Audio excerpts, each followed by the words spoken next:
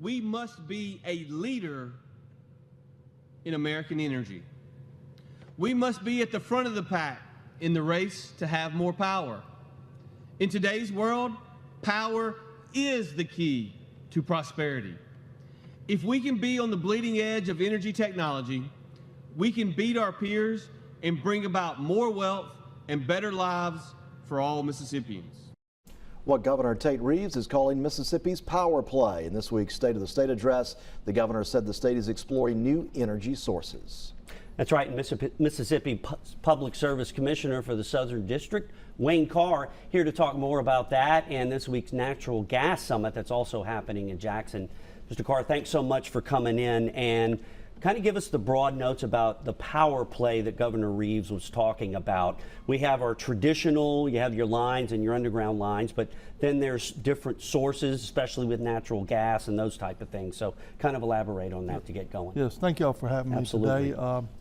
So what the governor was talking about is our state is we're on the horizon for, you know, the AI and big industrial complexes. And the main thing that they're looking at that they love to hear, as the governor pointed out, we have it. We have the gas for you. We have the electricity for you. And we at the Commissioner Brown and Commissioner Stamps and I are working very diligently to make sure that we're there when someone needs us, we're there. So when we're talking about, we talked with State Senator Joel Carter a few weeks ago, who's on the Energy Committee in the Senate, and he was talking about possibly building small nuclear type conductors in the state. That sounds like a big undertaking. Well, what would go into it?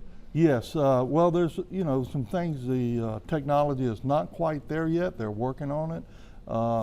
As we well know, that Microsoft is out, I think, in the southwest part of Wyoming, putting in their small SMR, nuclear reactors, what you're talking about, where you can put it on site, which cuts down the cost on transmission if you have your power right there where your load is at and your demand. And that's what AI is looking at. More power sources. It cuts down on the transfer. I never really thought about that, but that is a good point if you put a power source closer to where it's needed. Yes, and you know, transmission per mile is about $1 million. That's where they start at. So then it goes up from there. Depends on how much regulation you got to go through with the, you know, MDEQ and the Corps of Engineers. All of that, you know, comes into that play on that cost. So the closer you get that power source to your load, the less expensive it is. Good point. Yeah, it is. And what's the mood about that when you hear nuclear? People, you know, their eyes open up. But Grand Gulf's been in Natchez for years, and there hasn't been any incidents. And really, ever since 3 Mile Island back in the day, nuclear has been pretty safe and efficient. Is the tolerance there now for that type of thing compared to back in the day, I guess? Yeah. Well, the thing that people are concerned about is what you mentioned, 3 Mile Island. You know, we get a red flag every time someone mentions that. But there really wasn't from my sources telling me, there really wasn't a crisis there. It was shut down before that. I mean, but now, since we have new technology and we've gone away from, so to speak, hands-on to where we have, some people call it AI, that's in those control rooms. So we got all these factors that come into play. If we have an issue with an alarm going off, it shuts it down long before it even happens.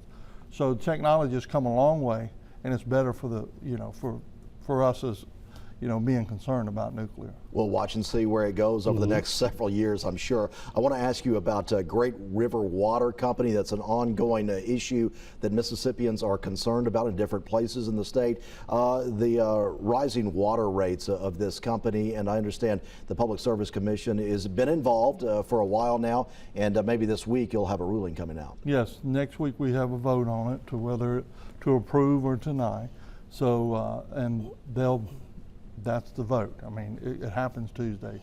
And then, you know, if it passes, it's great. If it doesn't pass, then we start all back over.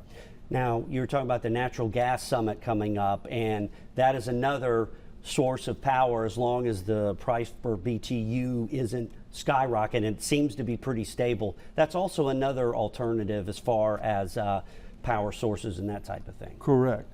And if, you know, and I've been reading some articles about the current administration. President Trump has talking about drill, baby, drill. And he's also set aside, he's working with some, you know, big corporation, national corporation, to set aside $500 billion for these combined cycle power generation plants because they're sustainable and they're reliable. And with our country being the way it is, and especially Mississippi, we have a lot of gas in our state that travels through. Right.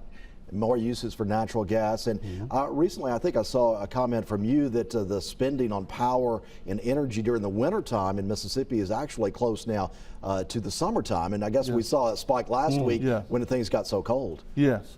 You know, technology, you know, with heat pumps, we're getting away from gas as far as heating. But that was from, you know, the past administration. They wanted to come in and go green, so to speak. But now with the new leadership in Washington, we're transitioning back to gas.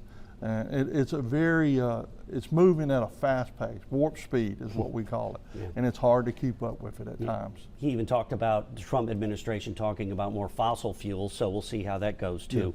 Commissioner Carr, thanks for sharing that insight with us. We appreciate it and the work you do up in Jackson with those utilities. Yes, thank you. All right, Wayne Carr, thanks for joining us this morning.